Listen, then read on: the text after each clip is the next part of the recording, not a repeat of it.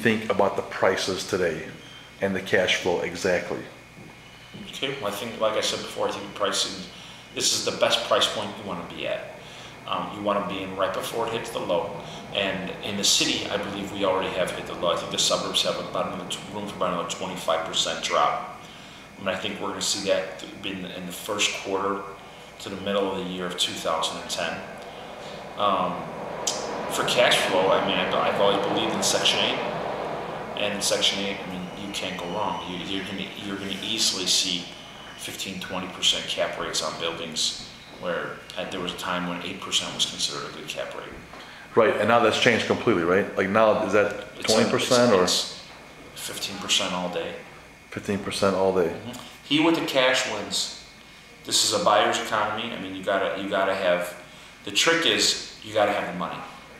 In the past, it was easy to get money, which made it easy to buy properties, but because of that, people were buying everything, so prices went to the roof.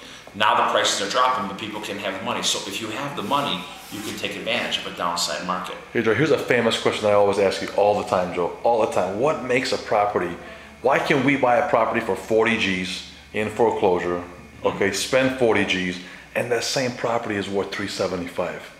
And I asked you this, how many times have I asked you this, Joe? I've asked a lot. There's a few different reasons. Banks are scared. They do not want to hold assets on their books. So when banks are scared, they fire sale everything. Cash is king. They don't have any options. Who's gonna buy a foreclosure? No bank is gonna lend on that. It's only got to be a cash transaction. Somebody with cash is saying, "Hey, I'll take it, but I got to steal it because I've got the cash. If not, go find somebody else." And cash buyers all have the same mindset. But once a property is rehabbed, now you can get a lender on it, so you can use the real market values for the end consumer, but that end consumer doesn't have the capacity to buy the building cash and rehab, or the wherewithal. You know, not everybody wants to rehab.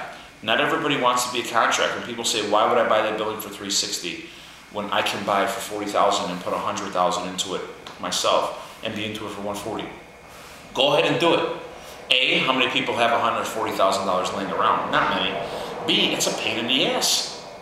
You know, how many people want to get out there and rehab and do construction and pull plans and permits, and when the contractor doesn't show up, he's got a headache. I'll be here tomorrow, he doesn't show up. It's a lot of work. So that's what we do, Joe.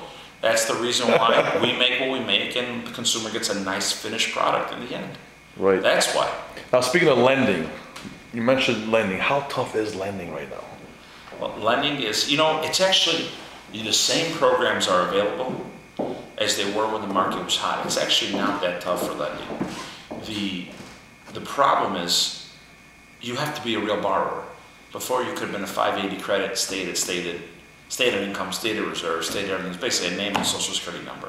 Now you have to have a real borrower with real credit, real debt ratios, real income.